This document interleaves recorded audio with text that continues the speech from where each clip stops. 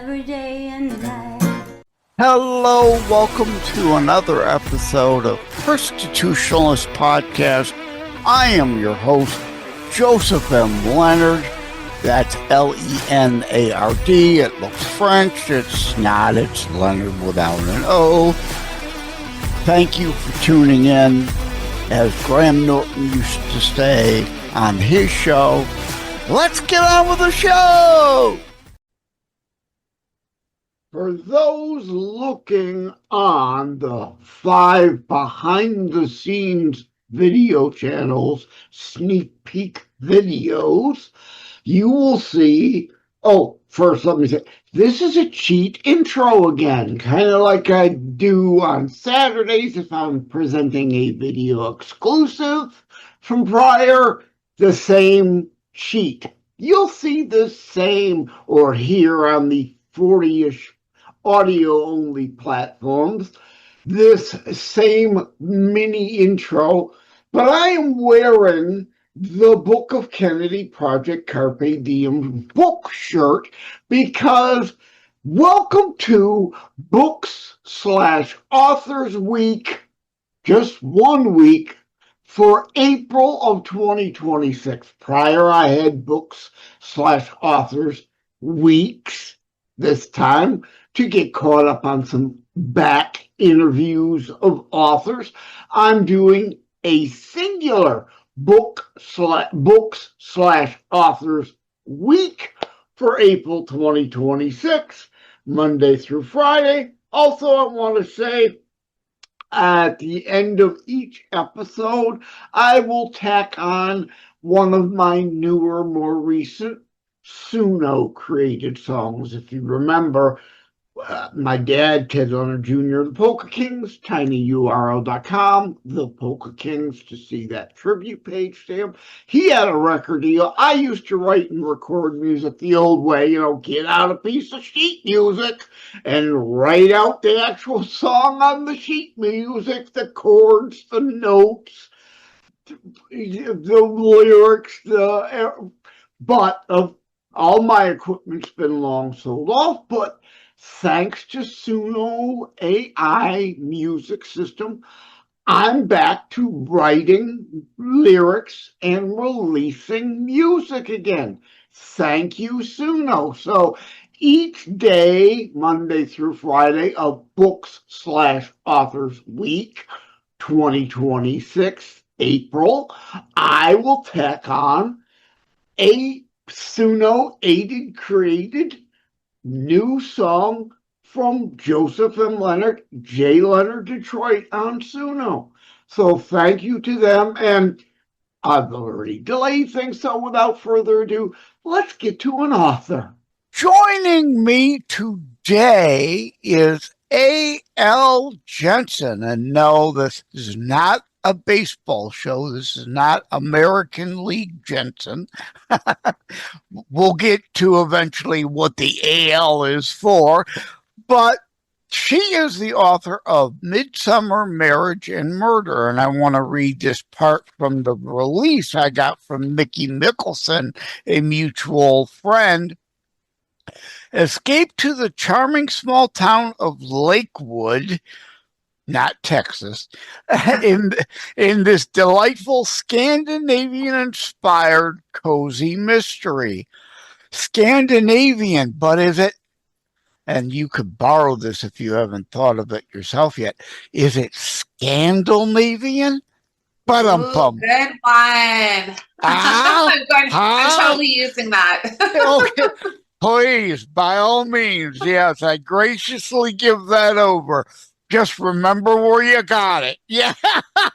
Sure. Before we get into what is the AL? My actual first name is Anna Lisa, and I go by Lisa, and my historical fiction is written as Lisa Kovala, which is my name. But my husband's last name is Jensen. My kid's last name is Jensen, so I'm using all the names. Yes, I could see on the release, the cover of the book, A.L. Jensen. And I want to go into this release in a minute. But first, let's do the where were you born and raised? Where are you now? Significant places you may have been in between.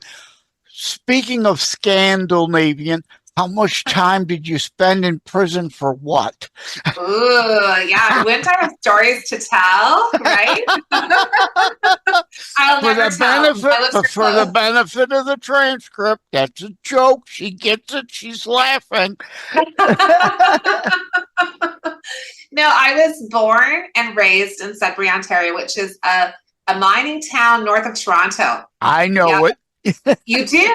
Yes, I've been through there. Yeah. No kidding. It used to be considered when I was little, like a moonscape. There were very few trees, and now it's gorgeous. It's beautiful. It's green. But or as we joke, because of the Canadian beer being much more alcoholic content, we jokingly call it Sudsbury, right? That's right. Yeah, we say Suds. And there's that song, Sudbury Saturday Night. The girls are playing bingo while the boys are getting stinko. So we have all kinds of fun. And I'm living here now in Sudbury for the last 25 years, but there was about a decade where I was living in Ottawa and going to school, and I lived in New Zealand for a year and a half in my first teaching job. And my husband and I like to travel, so we traveled a lot, especially when our kids were little, we traveled a lot with them.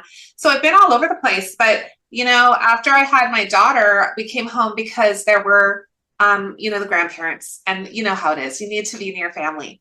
So now my kids are grown and doing their things.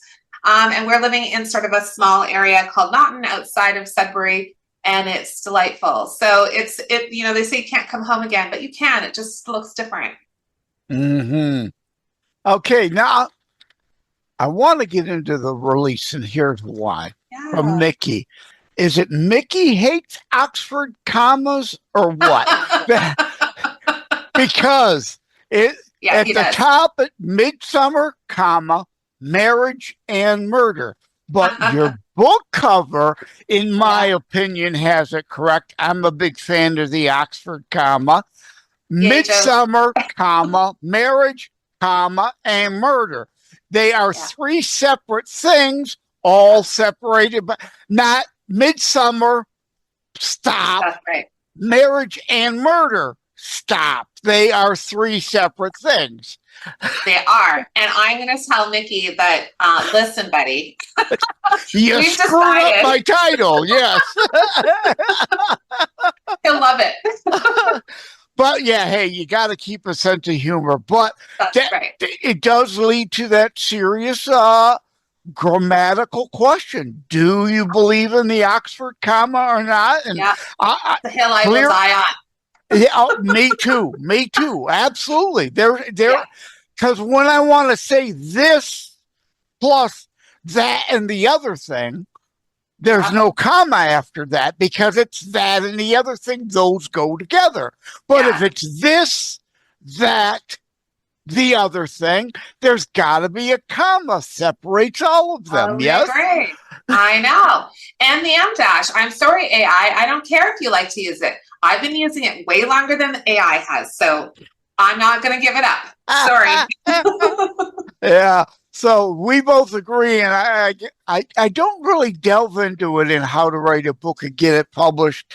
I probably should have, because indeed, I mean, that's been an argument forever. It's how long, I mean, especially since Shakespearean times, it's been an ongoing argument, and all these decades, centuries later, we still have a divide. Absolutely. We're still arguing about the comma. And at the end of the day, as long as it makes sense and the communication is clear. But the problem is, if you don't have it, sometimes that really changes the sentence and it means something completely different. It does, absolutely. Where you put the commas and the periods and the semicolons, parentheses, it all changes the flow. And more importantly, it could change the entire context of a yeah. statement. I agree. I love how passionate you are about punctuation. It's amazing. Oh, not that whole. When it comes to English, math was my favorite subject. Okay. I like to joke. I love that. But yet, here I am an author. But that's why we have editors to help with that, too. As long as someone understands what you're trying to say at the end of the day is ultimately the thing. And the other thing, since I'm on my soapbox ranting about grammar, and I'll try to remember to stick a meme I have in there to the grammar Nazis. It says THEYIR apostrophe RE. There, and it says under that, take that, right? So I love that meme. I'll try to remember to put it in post. But while I'm on my grammar, I'm losing my train of thought. It'll come back. But yeah, along those lines, it was. As long as they understand what you're trying to say at the end of the day, is what. Run-on sentence. Thank you. It came. Yes. There's no such thing in the AP, Chicago, or Oxford style guidebooks that define more than 12 words or is a run-on sentence. It's like beauty, I've got to show. Beauty is in the eye of the beholder. A run-on sentence is in the eye of the beholder. In some places, you may want a long sentence because it's kind of part of the character development. So, what are your thoughts on run-on sentence? Well, I think that's the beauty of fiction because we get to play with language. And so you can have run-on sentences that reflect what the characters' thought process and how they talk. Or you can have sentences that are incomplete because they're also like, we do speak in incomplete sentences. So for dialogue, I think, it works for fiction. There are some forms that I wouldn't use it. Like I would just not use it in a I don't know, a nonfiction book where I'm writing, something really important and researched. No, but in fiction, you technical manual. Yeah. Right. That might be confusing. But for fiction, we get to have fun with language and we know the rules, but we can play with them. And it becomes more authentic. So it's fun to do that. The grammar police, I would imagine if you remember Flowers for Algernon, that book, I would imagine that drives them crazy. And I would imagine the person who wrote that giving it to an editor, it drove that editor crazy. Right. Well, where am I supposed to be correcting the grammar and where am I not supposed to be? Right. Because that's part of the story. 100%. And that changes over the years. Like the styles change and what readers want and what we feel is accessible. Like it's going to change. Like 50, 60 years ago, that looked different. And now we're like, we don't like that so much. So we have to language is always changing and how we express ourselves is always changing. So I think we have to kind of pay attention to that too. Yeah. But at the end of the day, knowing the rules, knowing how language is structured, then when you play with it, it makes sense when you're doing it purposefully. You're not just making mistakes, which is a whole other thing. That's when you need your editor to pop in there. I'm going to tell my Shakespeare joke because it'll set up something else. But this is a good place to enter. A Joe original jokester Joe joke. To be or not to be is truly the question. Because if it's to be, I got bingo. But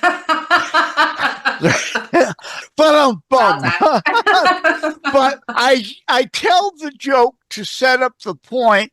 I've been in this argument with others, and therefore I recorded a Constitutionalist video exclusive on it, tinyurl.com/CTP on BitChute. I am not Shakespeare. These are not Shakespearean times. I write like it was an argument over the Book of Kennedy, Project Carpe Diem. I'm not trying to be Shakespeare. If you want to read Shakespeare, read Shakespeare. Those were different times. I write for the people in the here and now. That's right. Yeah. And you're always going to find your readers, like every style, every genre, whatever the content is, there are people out there who want that. So, you're not writing for one specific like all audiences. You're writing for a more specific audience and who will appreciate what you're doing. So I think that's amazing. In fact, I may quote Shakespeare in the book of Kennedy Project Carpe Diem, Henry VIII, but I'm not writing like Henry VIII book. Oh, okay. So now a whole lot of ranting and raving about stuff I would have never actually intended to ask you. So that's how conversations go. Yeah, 10 minutes in, let's actually talk about Midsummer, Marriage, and Murder. What was the genesis of that book? And we hinted to it, the delightful SCANDALnavian inspired cozy mystery. So this is the second book in the Hygge House Cozy Mystery series. I'm Finnish Canadian, so I'm Nordic descent, and I love all the Nordic and Gesundheit, right? Thank you. Yes, thank you very much. You know how it is. And so I love all that stuff. I love the style. I love the traditions. I love all of it. So I wrote book one, Hygge and Homicide, which takes place in this, Lakewood, this small, quaint town that is fictional, very cozy. And a midlife woman comes back to her hometown to start this business with her friend called Hygge House, and it's like an event center. And so in book two, Midsummer Marriage and Murder, they have their first wedding on site. And of course, they're very excited about it because they've already had one murder at Hygge House. They don't need any more problems. So they're waiting, like this wedding is going to be great. And it is. It's amazing. However, shortly after, they do find a body in a Muskoka chair by the lake. And now they're steeped into a new murder mystery case. And Minna is, again, having to be an amateur sleuth and figure out what happened. I envision this as could be the next Knives Out movie. Ooh, would that be fun? Oh, I would love that. Amazing. Call the director. Who's the primary character? Want to be careful to not give spoilers, but at the same time, enough of a tease to interest people in the book. Yeah, so the primary character is Minna Hallinen. She is a Finnish, Norwegian, Canadian who has been a designer, like a Scandinavian designer in Toronto for decades. And she's divorced and her child is grown up and she comes back to her hometown. And she's got a really good design eye. So attention to details, which is great for an amateur sleuth. And her best friend, Christy, is like organized and plans events and is all into that kind of thing. So the two of them kind of have always gotten into some scrapes together, even as kids. And now they're back together in their midlife. Not that much has changed. One is getting into scrapes, the other one's supporting the other one. So Minna is really sort of steeped in her Nordic and Scandinavian cultures. And I love to just infuse the story with those little things. But at the end of the day, she's figuring things out again. She's, at a new stage in her life. She needs to get the confidence and trust herself to start a new venture here with her business partner. So it's been really fun to write her because I can see her in a lot of the midlife women I know. This is a second installment. So is there a third book in the works? There is. The third one is going to be out in August. It's called Murder by Nordic Design. So I love that. And I don't know if you know about Finns, but they love their saunas. On the property, they're going to build a sauna. There's going to be, obviously, something bad will happen during that event as well. So it's fun to just come up with new ideas for what can happen on the property as they're developing it, as they're trying to make it successful. And then these kind of incidences happen that pull them, like Minna has to like figure out what happened. And but you'll see the community, you'll see different characters reappearing, and there's some fun ones that different, like there's the Northern Spirit Band, and they have some really quirky characters, and the local coffee shop, and all the kinds of things that cozy mystery fans love infused into this town of Lakewood. Yeah. But with a bit of a spin because it's got that Nordic and Scandinavian influence. But it is a true and proper series where the primary main characters carry over. Unlike my Life and Living series, I'm writing my 5th one, and it will drop in May. There's different primary characters in each. It's a series in name only, so to say. They're all life and living related, but different characters. So, but yours is a true traditional way people would understand a series, like a Potter. The Potter series carries over. Clancy, the Jack Ryan carries over through all the books.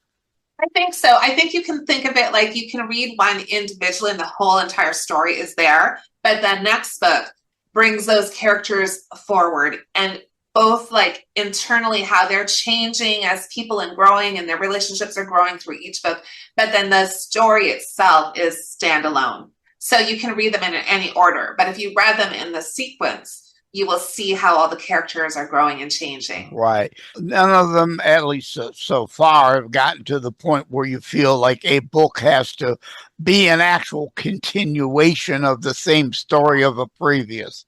It can absolutely stand alone. But like in book 1, one of the victim's sister, Grace, you know, she was involved in the story because she was the victim's sister. In book 2, she's the bride.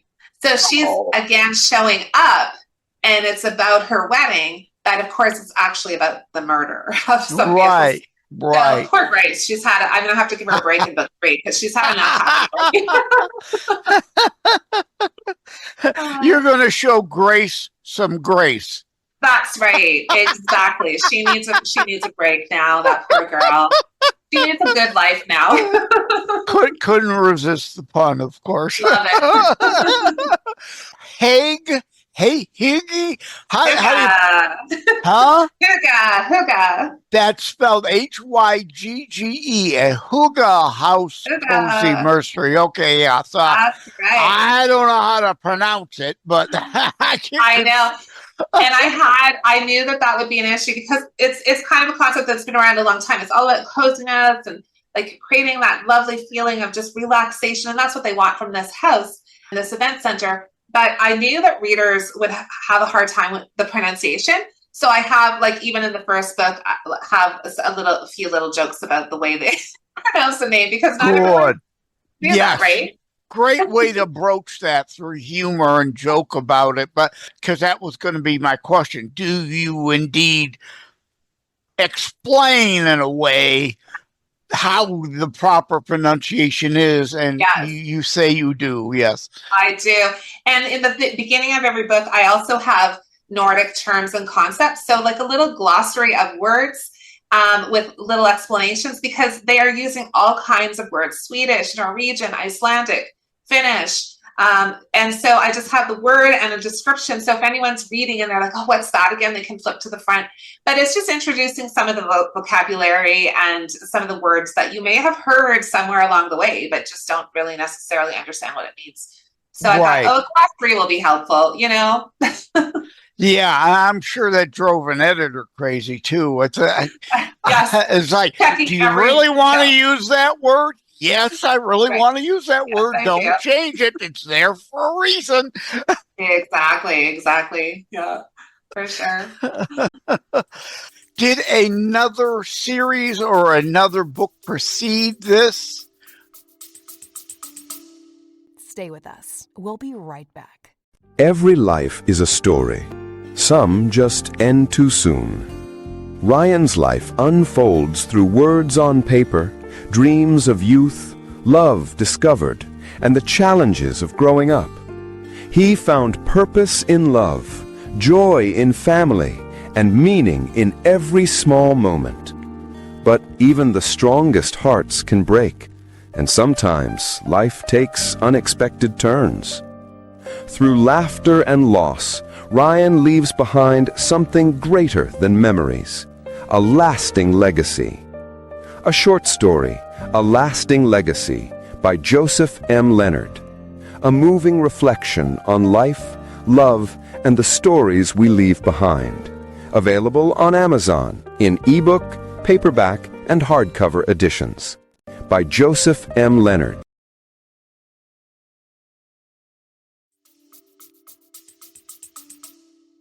Yeah, so actually, I have written 3 published books before this.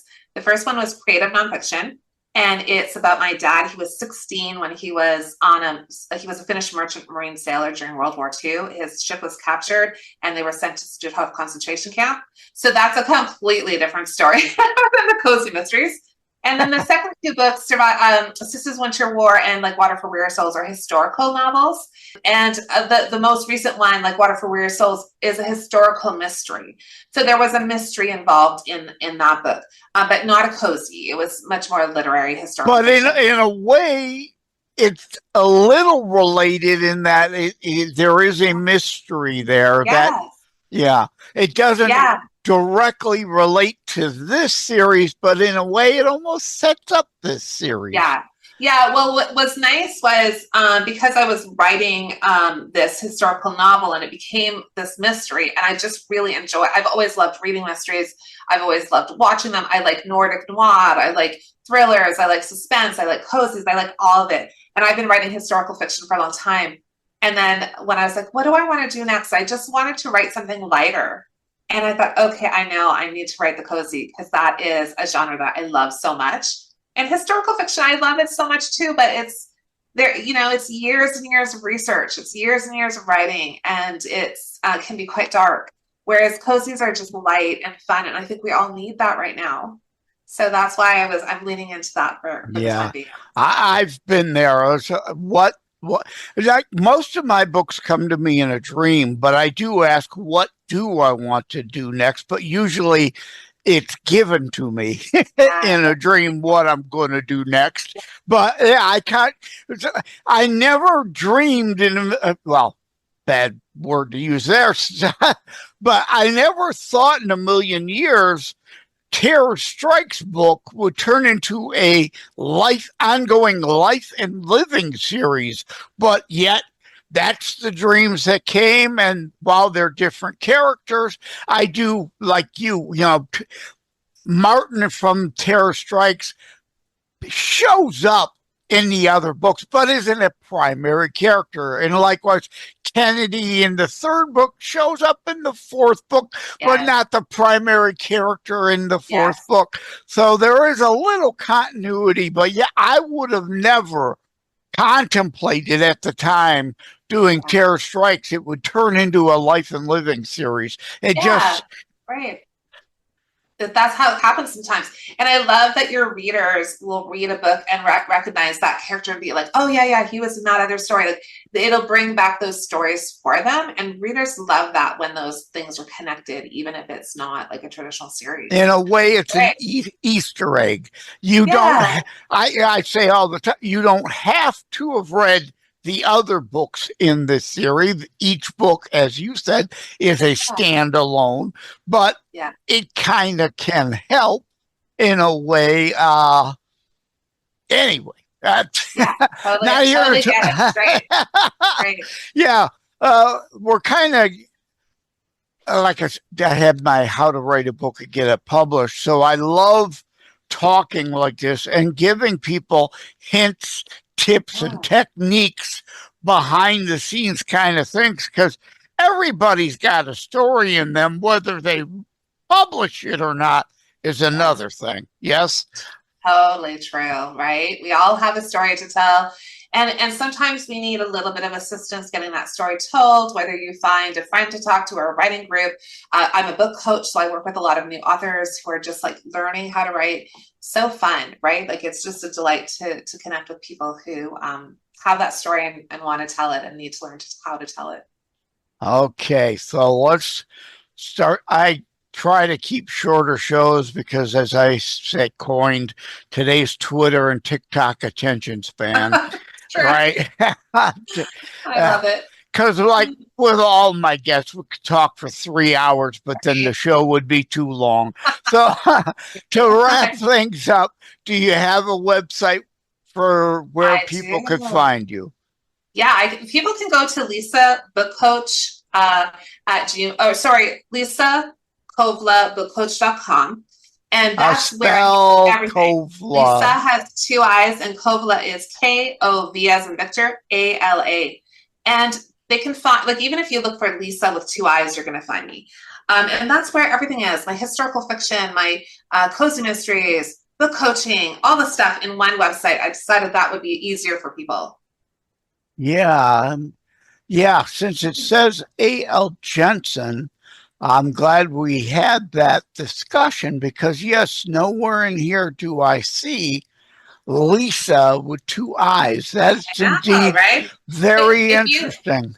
Yes. If you go to aljensen.com, it will bring you to the same place. aljensen.com brings you to that same website. So I just try to make sure people can find it no matter which name they use. I'm going to for all the things. In the scroll and post edit, I will put aljensen.com just because it's easier than expecting them to remember Lisa with 2 I's. That's right. Because that's indeed rather odd and unique. What's the origin of the 2 I's in there? Yeah, so Lisa with 2 I's is a very actually common name in Finland. So common that I have friends named Maija-Lisa, I have Anna-Lisa, Seija-Lisa, like this. Lisa is a name that's like Mary. It's not unusual in Finland, but here people have to do a double take, and often they say, well, I know you have 2 something. Is it 2 S's, 2 A's? Like, they don't know. Oh, now that would be funny. 1 L, 2 I's, 2 S's, and 2 A's. I've had almost that. Almost. They're like, I'm just doubling up a couple things just in case. Yeah, so aljensen.com will be a lot easier for people to handle. A lot easier for folks to find. Absolutely. Yes. And Substack. I'm on Substack.com at Women Writing. So also very easy to find Women Writing on Substack. Okay, thank you, A.L. Jensen. And next time you talk to Mickey, tell him to get his titles correct. Yeah. Yes. I'm going to give him that note. He's going to love it. All right. Take care. God bless. Thank you. Great to meet you. Bye for now.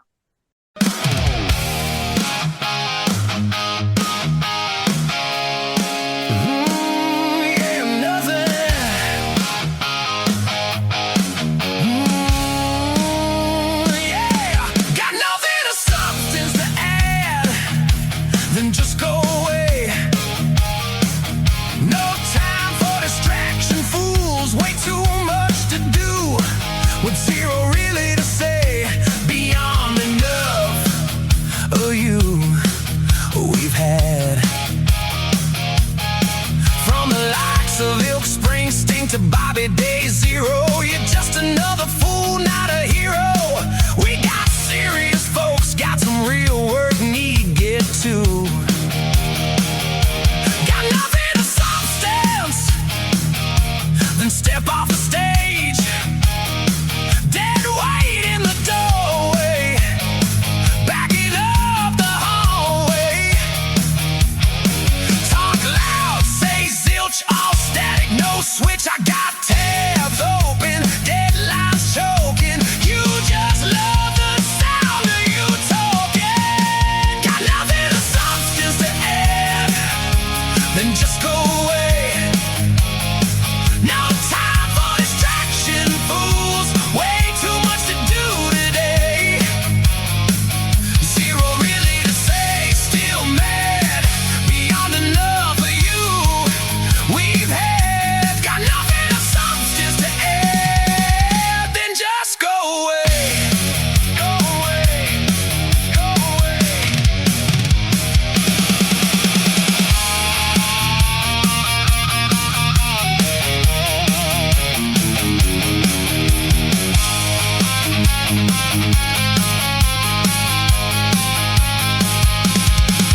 Every group chat flooded. You just chase that ping. Scroll jaw, slow draw.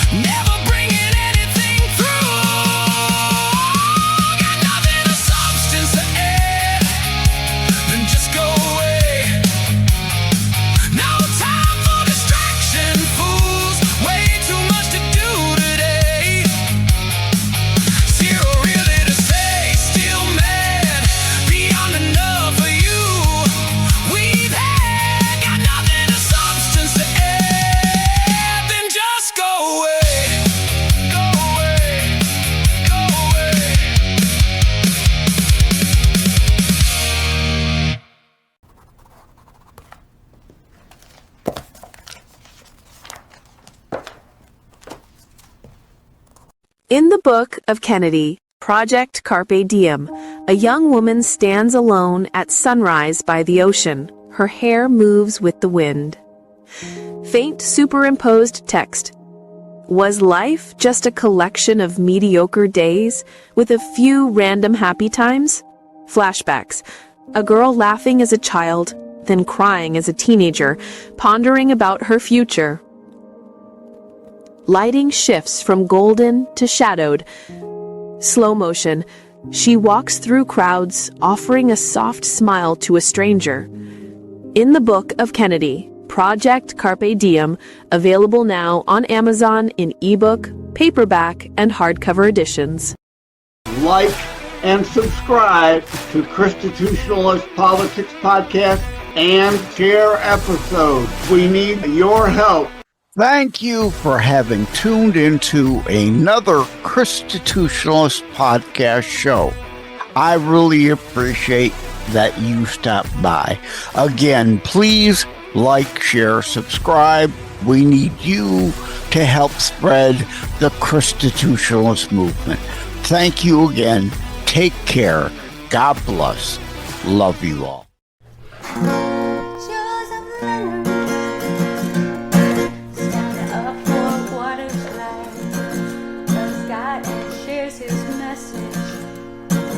Every day and night, he leads in freedom and making his voice heard. Shout his message over all the earth. God loves you, Joseph, for all you do. Stand strong and God bless you.